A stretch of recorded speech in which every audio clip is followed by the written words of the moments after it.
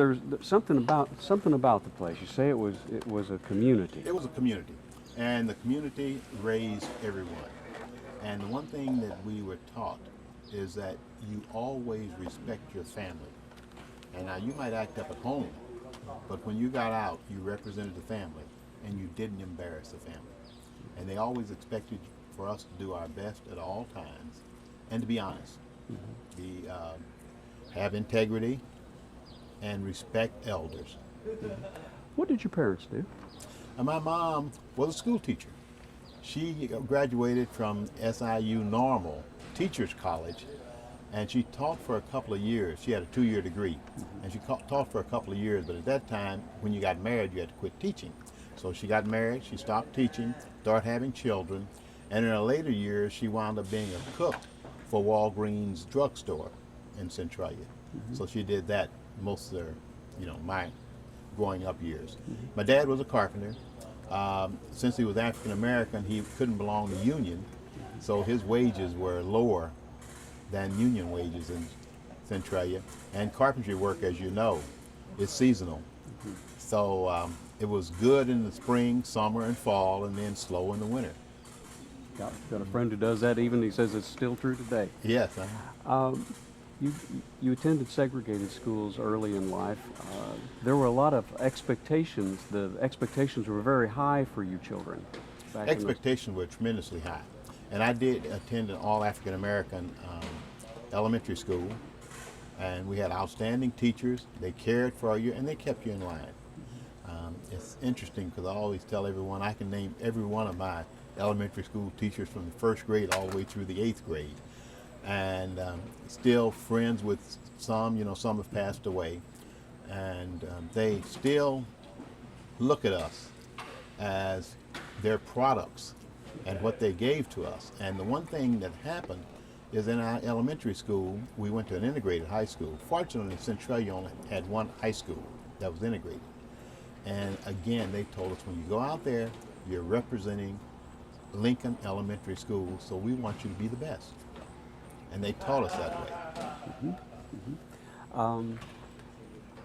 Played football, high school? Yes, played football in high school. I ran track in high school. And it was interesting because if you played football or basketball in high school, you had to go out for track. There was no question. You went out for track, and that was to, number one, improve your ability to run a little bit faster, or stamina, a few things like that. And it did help. And then my senior year, we brought baseball into the high school level, so I wound up in the track season and the baseball season at the same time. So you lettered in a lot of sports. Yes, lettered in quite a few. What laid the pathway for you to come to SIU? Well, it was interesting because when I was looking to go to college, number one, I wanted to go to university, and my folks wanted me to go to university. Mom, like I said, she had a 2-year degree, and no one in my family had a 4-year degree. I had a sister who had gone to Kaskaskia College for a couple of years, but I wanted to go to college. And I was a good student, and I wanted to be a doctor. But my folks didn't have medical school money. There were no scholarships that I was aware of. So I figured to go to college, I was going to need to be an athlete and get some help, because I didn't know a lot about academic scholarships. So I decided I would try to get it in football. And it was interesting because I got an invite to 4 different schools, 2 historically black colleges, Tennessee State and Maryland State. Then I had an invitation to Bradley and to SIU. Well, my first trip was to Tennessee State, and I went down there. I was impressed with it. However, I was 135 pounds at the time, planning on playing quarterback, and they had people back from the Korean War that were, 230, 240 pounds, and I looked at them, and they were tough. And what really killed it is that, number one, the coach didn't want me to go back home and graduate from high school. He wanted me to start practicing football at that particular time. And I went out to watch the women's track team. And if you recall, Tennessee State, being at that time historically black college, they had 4 women on a 4x100 relay team called the Tiger Bells, who had won the Olympics. And I looked out there and I couldn't even outrun the women. So I said, this is not the place for me. So then I came back thinking about looking at Bradley uh, and possibly Maryland State, SIU. And got a call from SIU, that they were interested in me coming out, giving a crack. And they also gave me an opportunity to have a summer job out of Little Grassy. So not having a lot of money, that sounded very intriguing. And also, they had a good chemistry department, so I decided I would come to SIU. You were a chemistry major when you came here? Yes, I was a chemistry major and a math minor. Were you the first African-American quarterback here? Yes, I was. What was that like? Well, it was interesting because at that time, they didn't have African Americans playing quarterback at any white universities that I'm aware of. I started playing first string in 1956, and the first African American at a major college was Sandy Stevens in 1958. How did the coach treat you? What was that experience like here? The experience was good, and one thing about growing up African American, you learn some of the thought processes of the majority population. But we had a good coaching staff. The head coach was Al Kwall, and the backfield coach was Carmen Picone. And an interesting thing happened when I first started playing quarterback. There was one coach who I thought was a little bit racist, and so he came to me one day and put his arm around my shoulder and said, you have such good talent, you have such great hands, you have such good speed, which all were fibs. You should be a flanker. You really should be a flanker. That's where it would help the team best, and that's where your talents would be used better. But anyway, he was talking to me as a friend, and trying to compromise what I was going to try to do. But anyway, my thrust was I wanted an education. So if I hadn't had some support, I'd probably wound up being a flanker. But my backfield coach, Carmen Picone, overheard this conversation. And he came, he always hugged me all the time. He put his arm around my shoulder. He said, Bill, you might not understand what's going on, but I do. And he said, you're my quarterback. If you stop being a quarterback, I'll take your scholarship. He said, you don't have to worry about that other coach. I'm backfield coach.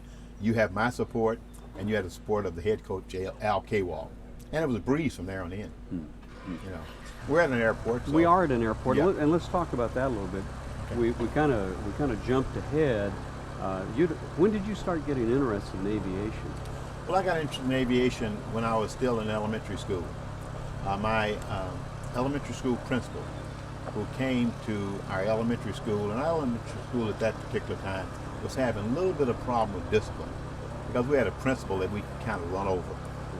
So we got this new principal who happened to be from Carbondale. His name was William Harold Walker, and he also been a Tuskegee Airman, and he was tough. And so he came in and got things straightened out real quickly. And at the time, he and his wife didn't have any children, so he became a mentor. I looked up to him. When he started talking about airplanes in a classroom, which we would try to divert him often, you just see his eyes light up and he would beam how proud he was. And he'd stay on it about 3 or 4 minutes, then he'd go back to the lesson. But one of the things that really impressed me is how he demanded excellence from students. And the one thing that would really get the hairs on the back of his neck to curl up, if you said get instead of get. He said the word is not get, it's get. And if you wanted to have a fight with him, you do that. But he also was a good mathematician.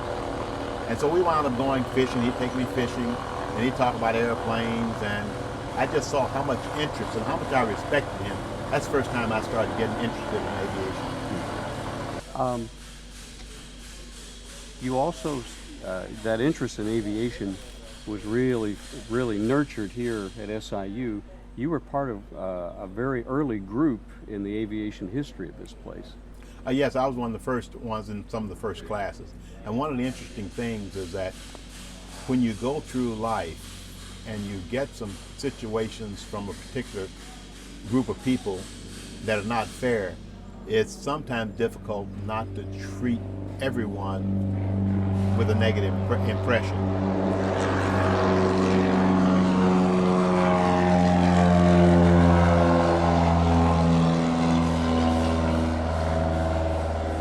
guess they're using that for advanced training now, I understand.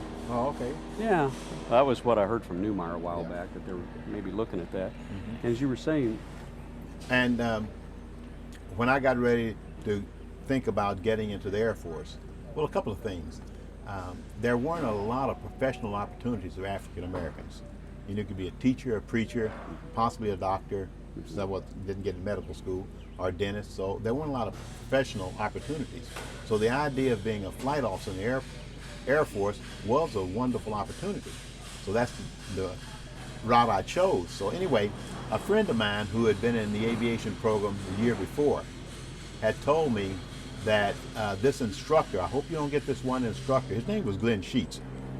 But anyway, he told me that I hope you don't get this one instructor, Glenn Sheets, that he's really prejudiced. And of course, next year when I started my pilot training, it was Glenn Sheets. And my attitude is that you don't take someone else's opinion about a person just because they didn't have success with them. And so I found out Glenn wasn't prejudiced. Glenn was just mean, which is great. You know, he just wanted you to learn a certain way, and he was a great instructor. And I had a lot of success under Glenn, and Glenn and I became friends. I mean, and it was a wonderful experience. what did he tell you for when you were about to solo for the first time? Oh, it was interesting because you know, most people were soloing at 8 or 9 hours, and I was ready to solo, and I felt I was getting close, but I didn't think I was that close. So I soloed at 5.5 hours, and it was out here on runway 24. We shot a couple of, but let's see, we were talking about Glenn Sheets, and what was the question you asked? The solo. On the solo. So anyway, we were shooting landings on a typical day like today out on 24, and so Glenn got out of the airplane. We got to the end of 24, and Glenn got out of the airplane and said, "Will you take this thing by yourself before you kill me?" And so Glenn was on the side of the runway, and being a pilot, you know, when you start to take off, you get a lot of torque, so you got to really stick that left rudder in there to keep it going straight. But Glenn was on the right side of the runway, and when I first started taking off, remember the airplane's a little bit lighter too, so it reacts a lot better. And when it started pulling to the right, I finally got that rudder in, and everything went well, because I could always land an airplane. You know, I could land airplane. I still land an airplane well, if I say so myself. But that was fun. And so Glenn actually put me up for my check ride at 30 hours, and I had my license and had 3 hours to fly because the Air Force paid for 36 hours. And one of the funny things is that, of course, you want to show everybody you know that you can fly. So my wife, Molly, who was my girlfriend at the time, she got in the airplane with me. And Charlie Steptoe, who was on the football team with me, he's also from Centralia. We flew up Centralia, and I gave a couple people from Centralia rides. And remember now, a 172 doesn't fly very fast. And while you're up at 2,000 or 3,000 feet, it's still daylight. Well, once we landed, the sun started to go down. So now we got to beat it back to Carbondale. We got in the airplane flying back to Carbondale, and we were landing on 24 that night, and it got dark. So since I had never had any night flying, and you learn to be cool as a pilot, I didn't even know where the landing light switch was. So we turned final about 4 miles out, and I'm trying to be cool and trying to find this landing light switch. We found it about a mile on final. Of course, the runway lights was on. It was not a big deal, but it was just interesting. And the first time that I found out as a pilot, you never say you lost. You typically disoriented, misplaced, but you always stay cool. Don't let fear show. You went to the Air Force? Yes, I went to the Air Force. What year was that, Bill?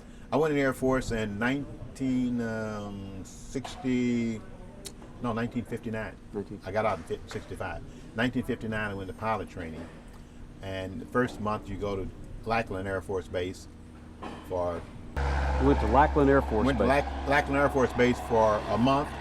Then you get selected, they select you for what base you're going to. Mm-hmm. And my base was going to be Mission Air Base down in southeastern Texas. Well, the flight surgeon happened to be African American. And so when I got the assignment, he said to me one day, "You don't want to go down there." He said, "They don't graduate black pilots from down there."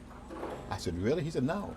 Well, I've always been stubborn and not too bright, so I decided to go to mission and went down there. And my first instructor in mission was the same type guy as Glenn Sheets. He was mean, crusty, bachelor. Both of them were bachelors, but good instructors. So it wound up being a great experience down there. And one of the things that happened while I was down there was an African American 6 weeks ahead of me who graduated before me. But we had, check rides every so often. And when I was in the T-28, we had a check ride that was checking you out, see how well you're doing in the T-28. And anyway, I went down for this check ride, and of course it's early morning, and I'm spit shining and everything. And I was getting a check ride from a guy named Archie Belvin. And the people down there had numbers, and his number was Honcho 13. Now Archie Belvin had flunked 13 of the last 14 people he had flown with. They were all white. And so I went over to the headquarters to report, and it just happened as I was sitting on the bench, a young lady came up who was Mexican, and she worked. We were about 15 miles from Mexico, and she was a very attractive young lady, and a lot of the old people were hitting on her and everything else. But anyway, she was very pleasant, and being African American, everybody knows you. So she sat down and said, "Well, you having a check ride today?" I said, "Oh yes." And she said, "Who was your check ride with?" And I said, "Lieutenant Belvin." She said, "He's not so tough." And I said, "Well, he flunked the guy before they started engines." And she said, "Well, how'd that happen?" Well, he got in the cockpit and he said, "I'm ready to start." And Lieutenant Belvin said, "You got a down," which is a flunk. He said, "How can I have a down? I haven't even started the engine." He said, "Let's get out of the airplane." They went outside and looked at the airplane. It was still tied to the ramp.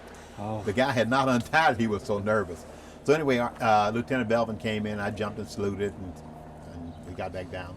So this young lady said, "Well, one thing about it, they always give you simulated engine failure at the worst time." I said, "Yeah." He said, "Well, he does." So we went out and got in the airplane. I took off. We were 400 feet in the air. He pulled the power back, said, "You've lost it." I said, "I'm going through my restart procedure." He said, "I'm not going to start." He said, "You've lost it." And I said, "Okay, I'm on base leg. I have my field picked out to the left," and went in and shot the approach, and everything looked good. We went up flying. He hadn't said a word. We went back in his office. He said, Lieutenant Norwood said, "Where are you from?" I said, "Illinois." He said, "I'm from Missouri." He said, "That's a southern state." And I said, "Well, sir, I don't know. I thought it was a border state, but I don't know." He said, "No, it's a southern state." And we parried a little bit for a little while. Then he said, "Why did you come down here?" I said, "Well, sir, I was assigned here." He said, "You never heard anything about this place?" I said, "Oh, no, sir." He said, have you ever heard," and I think he said Negro, he might have said color, "pilots have ever graduated from down here?" I said, "No, sir, I never heard anything like that." Now, he hasn't said whether I passed or flunked anything. And so finally he said, "That was a good ride."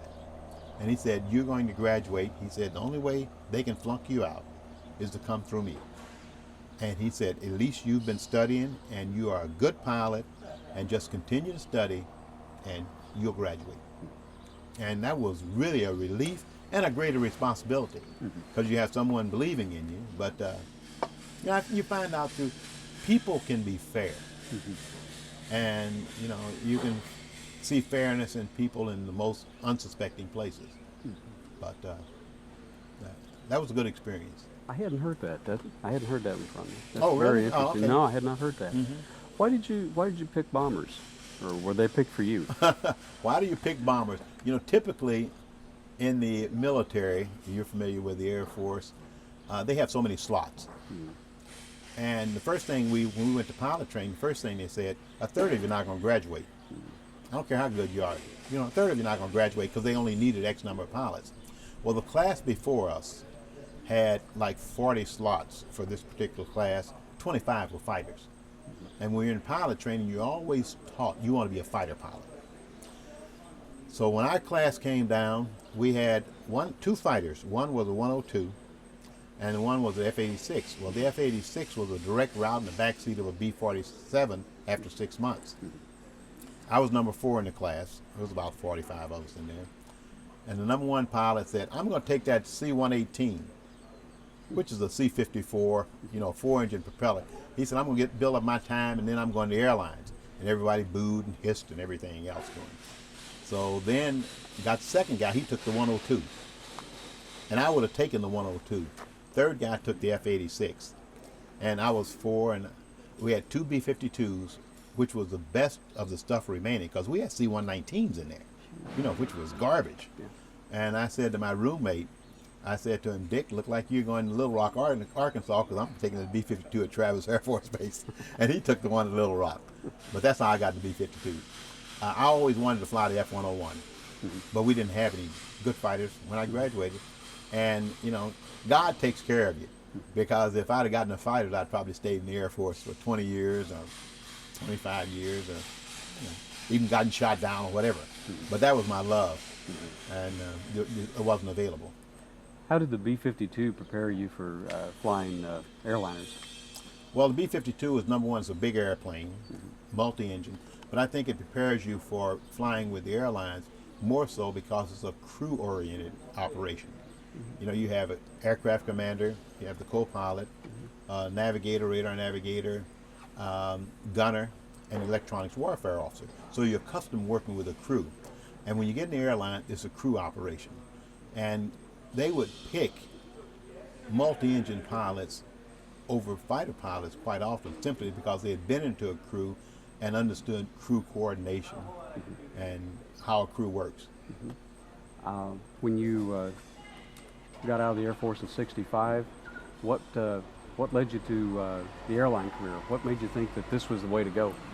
Well, what happened is that in 1964, as you remember, they had the Civil Rights Law of 1964.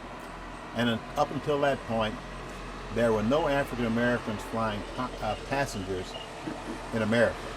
Now, there was a pilot named Martin who was flying for Flying Tigers, who was African American, who was flying cargo. So when the airlines started saying we're equal opportunity employers, and it kind of piqued my interest. But I would have stayed in the Air Force, and I asked to get a check ride only to upgrade to captain. They said you're 200 hours short, and I'd been doing everything on a check ride you could do, and doing it well. And then I said, well, let me get out of SAC, and I applied to get a nuclear master's in nuclear chemistry at Ohio State University. Air Force accepted me, and SAC said, we can't let this co-pilot go because the whole unit will fall apart. And that's when I started looking at other avenues, and I talked to a buddy who was talking about getting out, so I applied with the airlines. And very intelligently, since I didn't have any mentors or anything, American and United were the two airlines I was looking to apply to, and I chose United because Molly and the boys had flown it and they liked it. Not a very intelligent way to choose a career, but that's the way it was. You told me about the selection process one time, that you and Molly ended up being taken to dinner in how many different places? Well, we applied in San Francisco, so that was the regional office we were going to get our interview and everything. So since I was going to be the first African American with United, they wanted to make sure I was acceptable socially. And they never said that. But it was just curious that we were invited to dinner 5 times with different managers in San Francisco who were in the United hierarchy, and we knew the game they were playing. They were checking us out and seeing how we're going to fit in and not embarrass them. So I took them to 5 of the most expensive restaurants in San Francisco. And we had a great time because we knew the game. And one of the interesting things is that when I went over to take my physical, they got a huge, medical department out in San Francisco.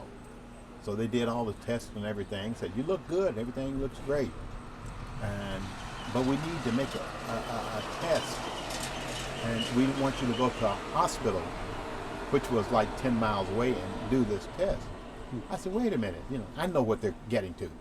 But I said, well, these huge facilities you got here, you can't give me all the tests that I need to get to be a pilot? Well, we're not equipped at quite, and would you do this for us? I said, yeah, I'll do it, but I just can't understand why we can't do it here. He said, well, we're not quite equipped. I said, do you want me to go take a sickle cell test? Oh, yes, would you?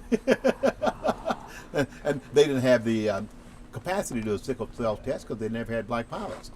So there's no sense in having the equipment to do a sickle cell test. So I went to the hospital and take it, and that was, of course, no problem. What was it like to actually move out to the flight line at United in those days? It was interesting because everyone is trained to the same level in training. However, since I was African American, some of the people wanted to watch me a little bit closer and not give me the amount of freedom that they would give other white pilots who had gone through the same training. But they wanted to keep an eye on me, so I understood what was going on. But I always worked hard at my craft, and I wanted to be super qualified so that there was no question about my ability, nor was there a question about the race in general, since they were going to come to a conclusion on one person. I said, so it was fun. You know. What was airline life like? Airline life, it was great. Airline flying was great back at that time because we were flying 14 days, 15 days a month, flying in good conditions. My first airplane was DC-6, and it was very complicated.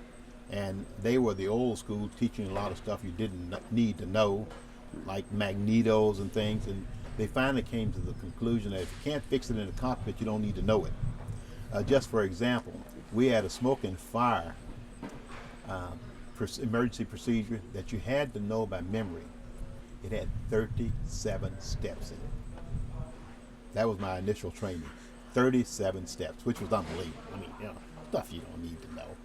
But anyway, the airline flying was good. It was great, and those were the glory years of being a pilot.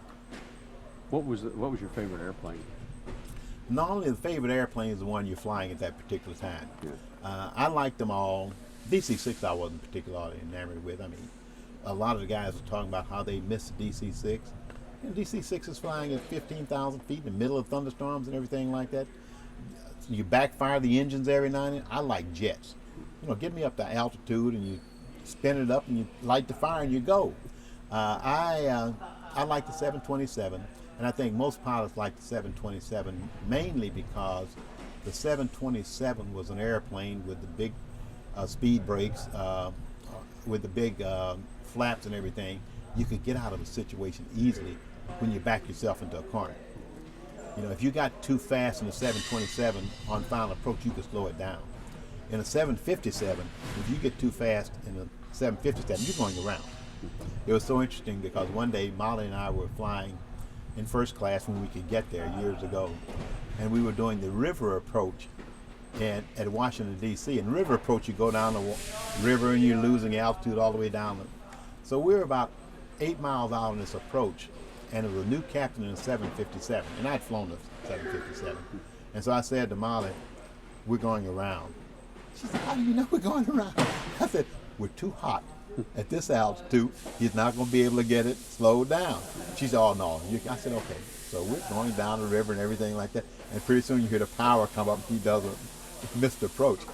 The F-757 I really enjoyed because one thing about it, it was a powerful airplane. It would go to 37,000 feet at max gross rate, which was wonderful. And it took a little bit more skill to fly. You had to plan. The airplane will not go down and slow down like a 727 would. So you have to stay ahead of it.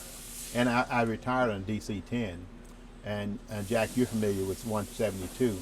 The DC-10 flies just like a 172 for landing and everything. It's unbelievable.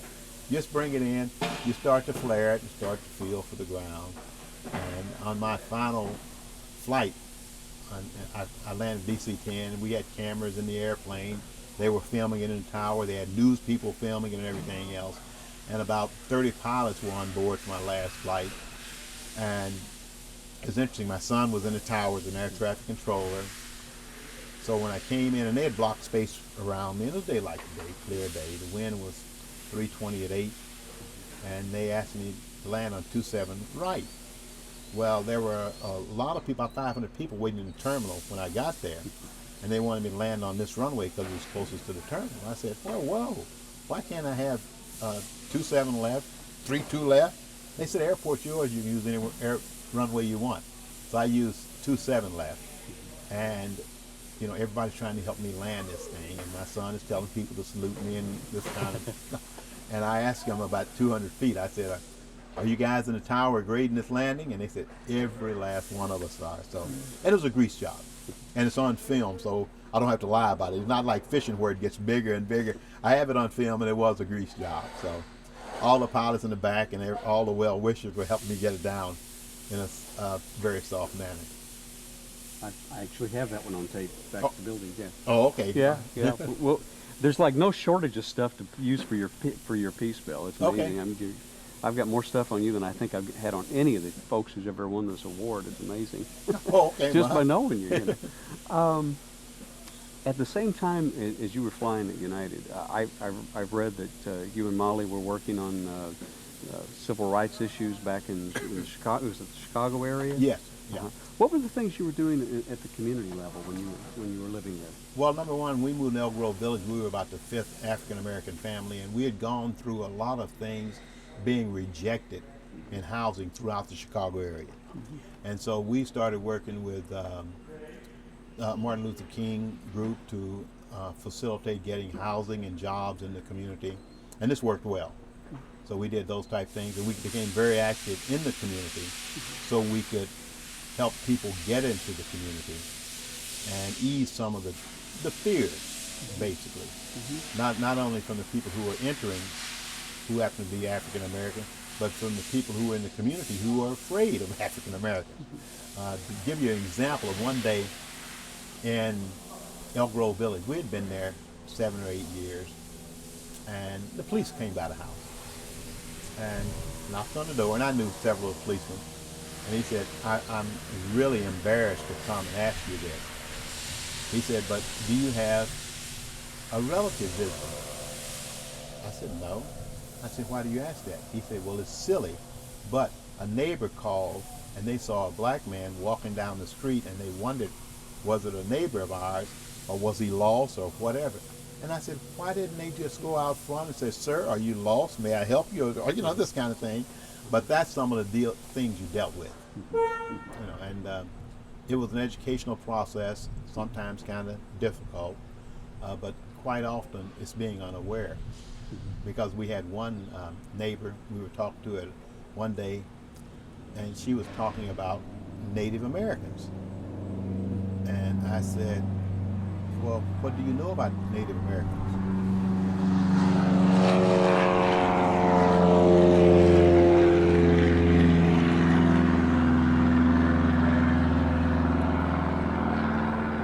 And she said, they drink a lot and get drunk and they fight.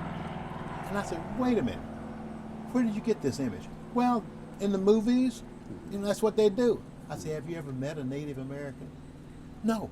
I said, why do you come with, mess like that?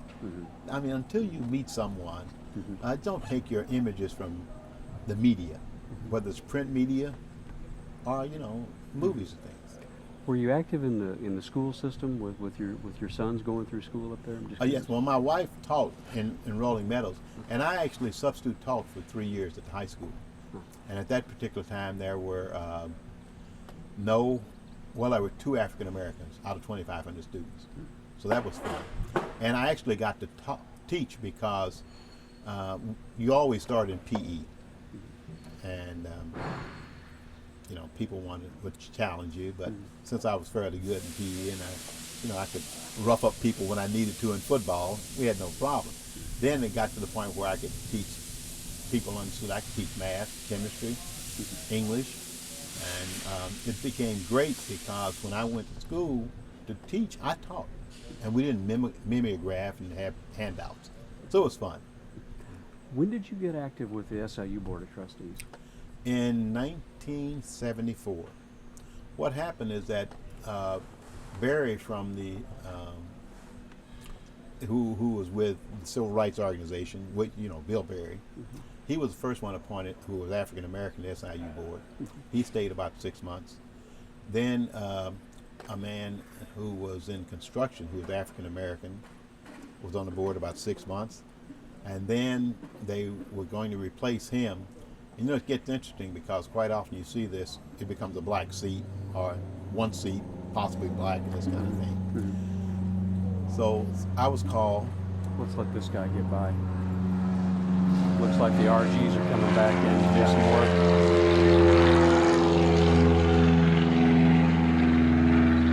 I don't know, I think I just leave the gear down on that thing. That does not look like a good system. I've seen him have to belly one in before because stuff it's terrible. breaks. It's terrible, yeah.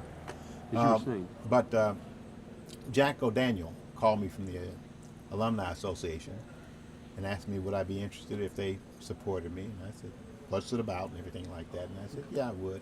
Then my brother-in-law, Austin Cross, Molly's younger brother, worked for Dan Walker. He knew Dan Walker, and so the appointment came through. It came through in 1974, and I was completing a term for 2.5 years. And I guess everyone expected me to be here for 6 months and leave, but after that I was reappointed a few times. Well, it was your alma mater. Your mother went here, and relatives went here. I know it was a huge thing. What were your feelings about? What were some of the goals you had for SIU and for the kind of role you could play in shaping this place that had been so important for you? Well, SIU is very important to me, and I think the one thing that I wanted, and I still would like to see us do, is be more student-oriented. You know, treat students like consumers. And most of my joy here was dealing with the students. And I tried to encourage them to come to board meetings to see what the board is doing for you and to you, and not just come when an issue of great concern is coming before the board. But I think we need to get to the point where we're focused that the students come first, and not that they run the university, but they are our prime reason for being here. I've been out with you on several occasions when I'd see you walk through Walmart or something and see a kid, come up short on money or something, and you'd walk over and help them out to, you didn't know him from Adam, but you were interested. You would always walk up to kids and say, who are you, where are you from, what are you studying? Well, this is what I think is important, is that anyone connected with the university should go around the campus and talk to the students. And because once you're so interested in them, they believe that they belong more to the place, and somebody cares. And we should care for them. And it's amazing how much we can learn from the students, because they'll be honest with you. They'll tell you, here's what I like about it, here's what I don't like about it. This is one of the great qualities of Delight Morris. And again, they talk about it was 5,000, 7,000 students. It doesn't make any difference if it's 50,000. Deans, the president, the chancellor can take a couple hours out of a week and walk the campus and just talk to the students. And I think it would make a big difference. How many terms did you serve on board, Bill? Let's see, 4.5. I served for 27.5 years. Yeah. That's an incredible run on the Board of Trustees. What are you most proud of what you were able to accomplish while you were in those roles? Well, I think the big thing that I was able to accomplish is to help students understand that board members are accessible, faculty are accessible, and we still have connection with a lot of students. And we want them to be relaxed around us and not look at the board or the faculty, anybody else, as someone that's hierarchical or that are sitting on some throne. They're just people. And the more students can understand that whoever is successful started as a person like them, the better it is for all of us. You have a saying about opportunity meeting preparation, or am I saying it right? Preparation meeting opportunity. Yeah. Well, I think that's the key goal to success, period, for anyone, is that the definition of success, as far as I'm concerned, is when preparation meets opportunity. And if you never get prepared, all the opportunities in the world can come your way, and you'll never be successful. But if you're prepared, and prepared in different areas, you will get to be successful in many, many arenas. It's kind of like when they had the fuel crisis in '72, I went back to school and got my MBA from the University of Chicago. Not that I needed it for flying, but it sure was a comfort level. Say if something happened to my health, I would be able to go into another area. And also it taught me some things about arenas that I was unfamiliar with, particularly in the business area, which I didn't get in undergraduate work. You were particularly close to the aviation school here and helped with working on programs like the United Internship Program and other programs that kind of gave our students a leg up on a lot of the competition at a lot of the other aviation schools. Could you speak to that? Yes, well, the internship program is an outstanding program in any particular school or university, and it's particularly important in aviation because youngsters who are going into aviation don't have an idea what aviation is about. In the internship, they get to work at the different corporations and find out what it's about. They look at the corporations also look at them. And it's interesting, Barry Bateman, one of our students here, when I was on the board, he came up to me and said, you know, what can I do to become a pilot? And we talked, and he'd report to me periodically. He wound up getting an internship with United, and it was interesting because his supervisor at United in Denver had been my flight instructor in the 727. So we kept that connection there, and Barry Bateman is now with United, and Barry Bateman will be the #1 pilot of United for his last 7 years. Wow. I mean, and these are the kind of things that really make you feel good because not only do you help Barry Bateman can talk to others and help them and realize that these goals are not insurmountable. And I know today there's a youngster coming to the house. His name is Travis Haas, who is out of Carterville, who was a mentee of Molly and mine, and he's with Delta now. And he started doing things just like we asked him to do, and has been very successful. And he will get opportunities outside of aviation, just like Barry will, and they will be prepared, and when the opportunity comes, they'll be able to help someone else. One of the other things that I've been really impressed with, of course, is the summer flight program that you and your friends have operated here at Carbondale over the years. Tell us a little bit about that. It started with the Organization of Black Airline Pilots? Yes, we started the Organization of Black Airline Pilots back in 1976, and we started for several reasons. One was to have a relationship among the pilots of different airlines, because at some airlines you only had one black pilot, and sometimes they would get a little bit of a runaround. The other thing, one of the things, was to motivate our youth organizationally, and out of that came what we call ACE camps, Aviation Career Experience Camps, which was mostly a 1 week camp where we took youngsters in for 1 week, and it was an intense week. And during that week they studied aviation, they found a lot about it. They studied navigation, how an airplane works, what kind of careers they had in aviation, and in the process they got to fly quite often a simulator and got to fly hands-on an airplane. Because when we had a program, we would let them, I'd let students take an airplane off. After they taxied it a little while and they saw how to keep it straight, I would handle the power, but I'd let them take it off. I'd tell them to keep it straight, look down the far end of the runway, keep it going straight. And when I tell you to pull back, bring some pressure on it. So it was a lot more rewarding for the people who were working in it than for the students. And basically what we wanted to do when we brought the program to Southern Illinois particularly is to get youngsters who had not been in a technical field to show that they could be successful and didn't have to fear new technology, and they could succeed. They could succeed, and it worked well. And the big thing we strive to do down here was to have it gender diversified and also ethnic diversified. And usually we'd have 24 students, and we would have 12 females in it. Pause just a second here. Looks like he's doing a soft field takeoff. Yeah. Yeah, that's what it is. Just gets it off the ground, lets it drag along about 4 or 5 feet off the ground. Get it in the ground effect. Yeah. And accelerate. Get out of the grass. That's right. Well, I noticed that, is it Christina Mayberry? Yes.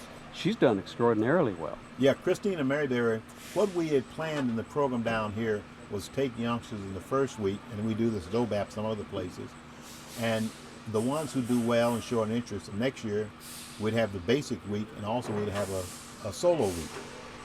And we would have about 4 or 5 students in the solo program. And then the third year we would take them to a license.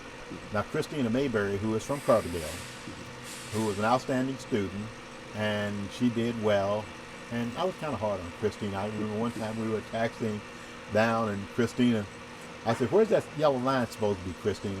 She's up the middle of my butt. I said, "Well, get on that line." And Ken treated it a little more kindly than I did. I was a little bit more demanding. But Christina has her private license, and Christine is also a sophomore in medical school at Stanford. So what we wanted to do was take youngsters and show them they could be successful. And one of the success stories out of the local camp here, I got a call from a woman in southern Illinois who happened to be Caucasian. And she said, I have a son who is going down the wrong path. Could you possibly get him into your camp? And I said, well, send us the application, let us talk to him. He got into the camp, and this kid turned out from a D student to a B and A student his last 2 years, and now is a lieutenant in the Air Force. And those are the stories that make it all worthwhile. There is a big part of you is all about giving back. Yeah. Well, the thing about it is that all of us have been given a lot of assistance by people known and unknown. So we have an obligation to give back. We share a space on this earth. We should make it a better place and give back to people who need the assistance. Amen on that. I'm going to go back and fill in a couple of spots here and there. Okay. At the Museum of Science and Industry, you can go in and see a 727, walk up into it, see it raise and lower its gear and everything. It's got your name on the side of it. Tell me about that. Well, that was interesting. Since I was the first African-American pilot with United, and also since I'd done a lot with youth in Chicago, they wanted to do something special. And so what they wanted to do was paint my name on a DC-10, since I was on a DC-10. Well, my wife and Regina Frazier, who was in management up there, said, oh, that's not such a good idea. Said, because DC-10s will be retired. When the DC-10 comes to the gate, nobody knows who that person is. He said, but we have a 727 down at the Museum of Science and Industry. I'm going to put the name on that. And that's how it came about. And we had an executive vice president most pilots didn't like. I liked him. His name was Joel Gorman. And so they took it to Joel Gorman, and Joel Gorman made a decision. He just sounded like a good idea to me, do it. And that's how it came about. But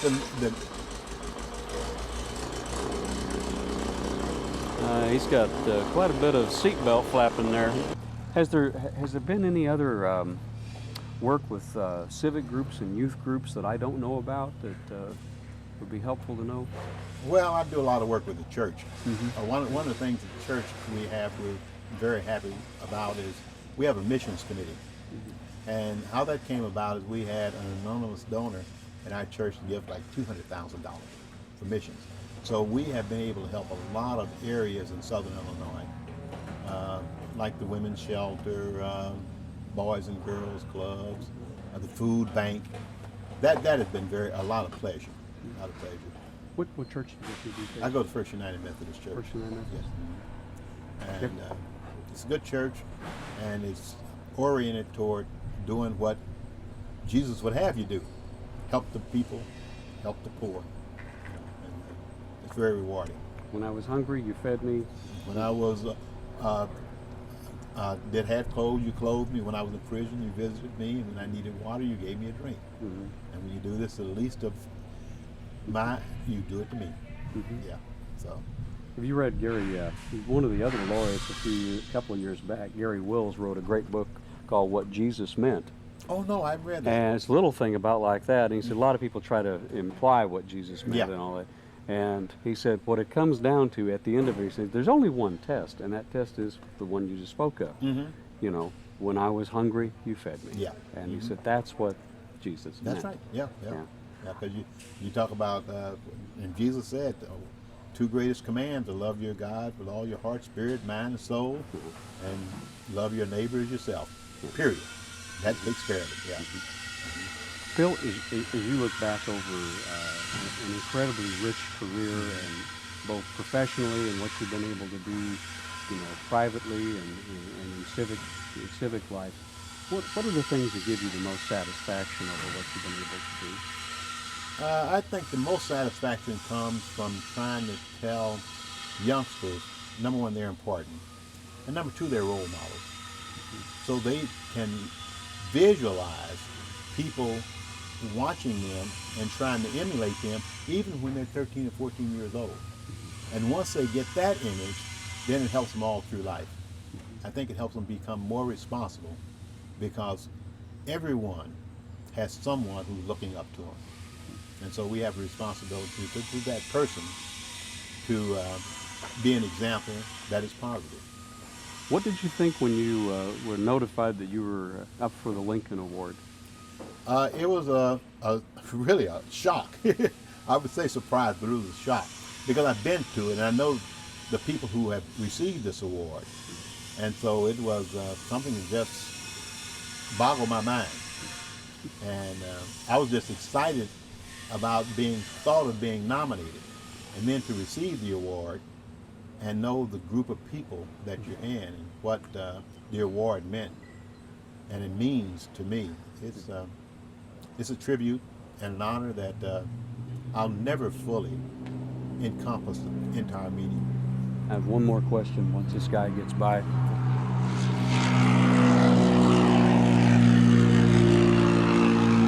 I say guy, I could be totally wrong on that.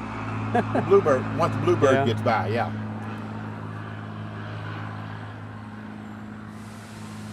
How much of a factor in your success in life is owed to your good partner, Molly? Oh, most of my success. If it weren't for Molly, I wouldn't be able to accomplish anything because we accomplished together.